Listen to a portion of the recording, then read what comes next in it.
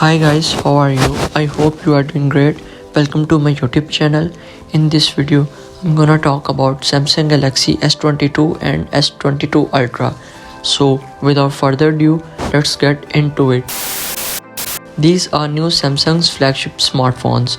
And I'm saying it's these, not the Ultra, just because these will probably sell more volume and these are the phone the more people will experience, and I do have some thoughts for my first hand on with them. So the running theme I think you will notice here is one of the biggest difference, one of the most noticeable difference to me when I actually got to hold it, feel in the hand, is something that most people who buy it probably won't care about that much cause everyone puts a case on their phone and that's a build quality. These phones are a small update in every department from the S21 series across the board, and I like that I said holding it in the hand for the first time. The first thing I noticed, it's a bit more boxy, a little more square on the sides, a little more flat on the top and the bottom, and just slightly tighter corner ready all the way around. The display is already flat on the front, so it just feel a bit shaper overall,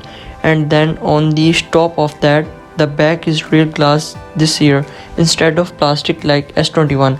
Again, not a huge deal of the most people just putting a case on the phone, but that is their step up in my opinion. Everything else on the outside through mostly the same design, same center camera cutout that I like so much, same speaker button placement, same fingerprint reader placement, still IP68 rated, and at the front you are looking at essentially is the same display as last year but slightly better than slightly smaller. So still two different sizes of course. The S22 Plus is 6.6 inches. This might sound weird to say that because how small bezels are. The S22 at 6.1 inches feel kinda compact. The update with the display through it is now a much more variable refresh rate than last year. So instead of just being 6 to 120 Hz, this goes from 10 to all way up to 120 Hz. So now interesting, I'm told from Samsung it is still on LTOP, that's for all S22 Ultra only. So we will see if this new display is a more efficient or not. This is of course just the first look thought. It's not a full review, so we will have to see if that pan out as I actually get to use the phone. So S22 and S22 Plus are clearly pretty similar to S21 from the last year.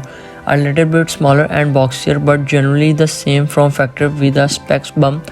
So the new specs are a Snapdragon 8 Generation 1 or a new 4nm Exynos chip in some region, and all specifications have 8 gigs of RAM with either 128 or 256 gigs of storage. Again, that's it. And then all the new cameras are also a specification bumps. There is a new triple camera layout, 50 megapixel main camera that probably beginning to 12.5 megapixel, then an ultra wide and 3x telephoto camera.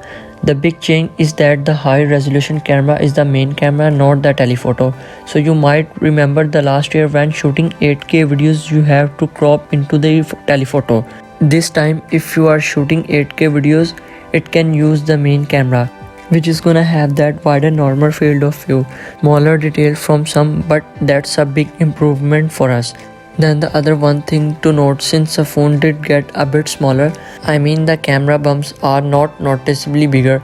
I don't know if the glass is much thicker than the plastic used to be. I'm not really sure of the reason, but whatever, even if the display is a bit more efficient, we'll have to test that. But that's it. As far as specs upgrade from the last year, like I said, not a super long list. But if you are interested in these phones, what you really wanna know is the difference between the S22 and S22 Plus. So there is the entire official list. First of all, there is a different sizes phone. So the same resolution display 1080p, but of course a 6.6 inches larger one of the S22 Plus, and then a Plus support a faster 45-volt charging, while the S22 only support 25-volt charging.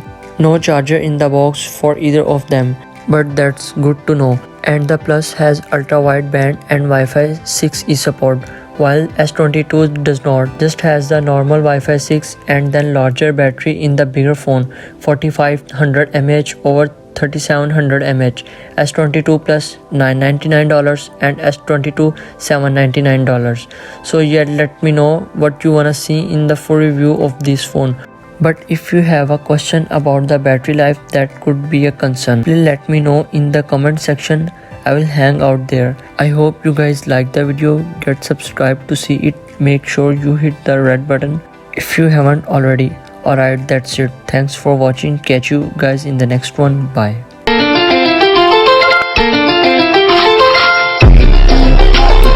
I